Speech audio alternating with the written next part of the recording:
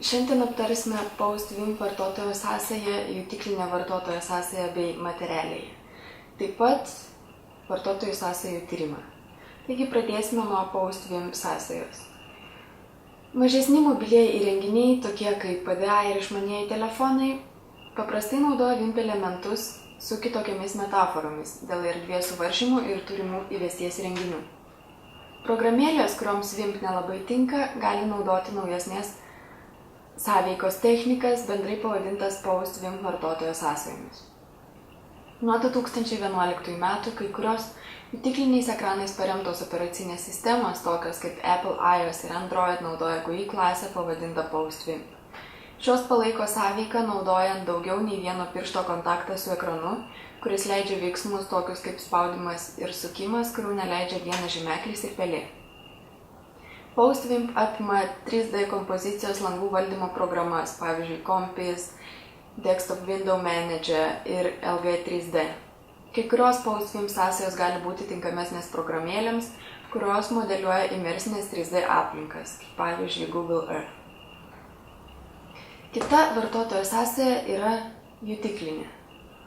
Jutiklinė vartotojo sąsaja, dar vadinama TUI, yra kompiuterinė technologija paremta lytėjimo jausmu.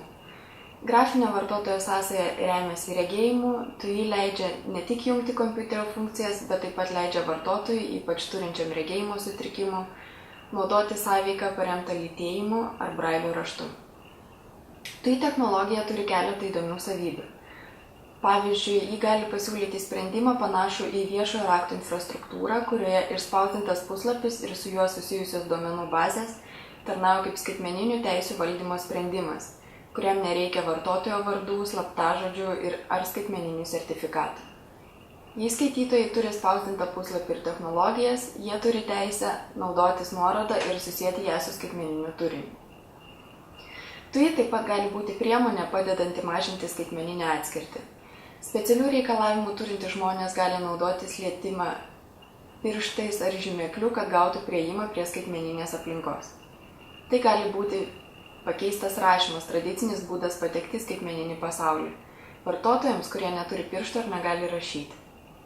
Be to, panaikinus būtinybę įvesti informaciją, panaikinamos įvedimo proceso klaidos, saugančios kompanijas ir organizacijas, kurios turi potencialius vartotojus užsiimančius duomenų pirkimu su klaidingu užrašymu. Rašymas taip pat atima daug laiko, jutiklinė sąsaja leidžia skaitytojui greičiau patekti į skaitmeninį pasaulį. Kita vartotojo sąsaja yra materialioji. Materialioji vartotojo sąsaja yra tokia, kurioje asmuo sąveikauja su skaitmeninė informacija per fizinę aplinką. Materialiąją vartotojo sąsają galima būtų apibūdinti 4 pagrindiniais punktais. Tai pirmas būtų, fizinė reprezentacija skaičiuojant yra susieta su pagrindinė skaitmeninė informacija. Antras, fizinė reprezentacija įkūnija interaktyvios kontrolės mechanizmus. Trečias, fizinė reprezentacija yra perceptualiai sujungta su tarpinėmis skaitmeninėmis reprezentacijomis.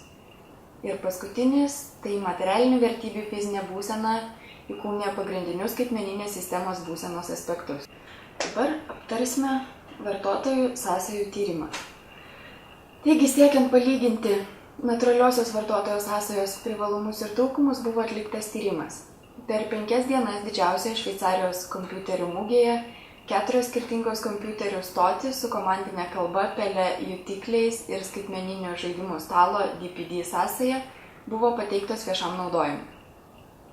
DPD versijoje vartotojas turėjo žaisti stalo žaidimą prieš virtualų žaidėją, perkeldamas realų lustą virtualiame žaidimo lauke. Užduotis buvo laimėti kompiuterinį žaidimą Go Bang. Virtualaus žaidėjo reakcijos buvo simuliuojamos šypsenėlėmis, kaip spalvotų komiksų nuotraukų ir atitinkamų garsų modelis. Ištyrus šių 4 skirtingų sąveikos metodų poveikių su tyrimo klausimynu buvo gauti 2 pagrindiniai rezultatai. Pirmas. Jutiklinio ekrano sąsaja buvo įvertinta kaip paprasčiausia naudoti. Ir antras, tai DPD nurodė reikšmingą koreliaciją tarp amžiaus ir praktiškumo. Tarkime, kad vidutinis populiacijos amžius visose industrializuotose šalyse per ateinančius 2 ar 3 dešimtmečius augs.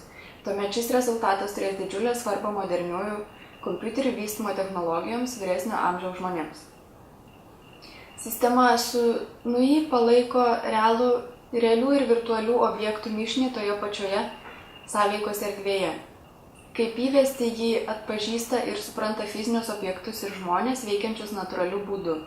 Pavyzdžiui, objekto naudojimas, rašymas ranka ir panašiai. Jos išvestis paremta modelio projekcija tokia kaip vaizdo projekcija, holografija, kalbos sintezė ar 3D garso modelis. Būtina NUI apibrėžimo sąlyga yra ta, kad tas pats modalumas naudojamas įvestyje ir išvestyje. Pavyzdžiui, projektuojamas elementas gali būti perduotas tiesiogiai vartotojo, jo ar jos nežodinės įvesties elgsena. Taigi, šiandien aptarėme 3 vartotojo sąsajas: PostWin vartotojo sąsają, jutiklinę vartotojo sąsają bei materialią vartotojo sąsają. Jūsų užduotis savais žodžiais apibūdinti išvardintas vartotojo sąsajas.